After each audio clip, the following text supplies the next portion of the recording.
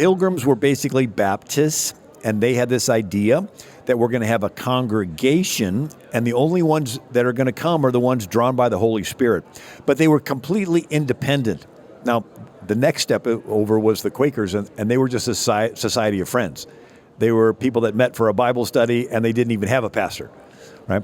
So you go from the Quakers with a society of friends, everybody's reading the Bible, but then you have the Congregationalists, where it's a congregation, but they're completely independent. But then you have the Presbyterians, and they say, okay, we're independent, but we're going to work together with all the other churches in the city, and we're going to come into a covenant, and we're going to be able to have order in society without the kings, bishops coming and telling us what to do.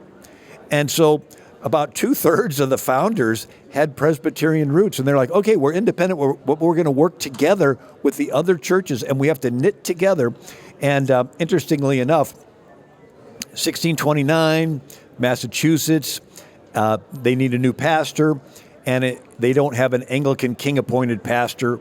And so they said, okay, if God is not going to appoint the king, the pastor through top down, it's got to be the people.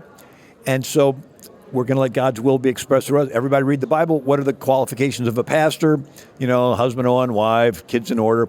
And so they would write the name of who they thought was God's chosen person to be the pastor, or God's elect.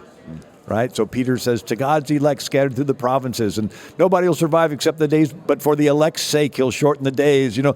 And so this idea is that God has already chosen who's supposed to be the pastor, and we're going to recognize that choice by writing his name down. And they passed it forward, and they looked through all, and they called that an election.